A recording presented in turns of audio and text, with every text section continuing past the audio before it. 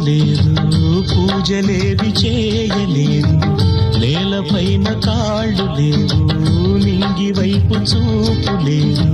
కన్నె పిల్ల కళ్ళలోకి ఎన్నడైనా చూశావు, కానరాని గుండెలోకి కన్నమేసి వచ్చావు, అది తోచావు.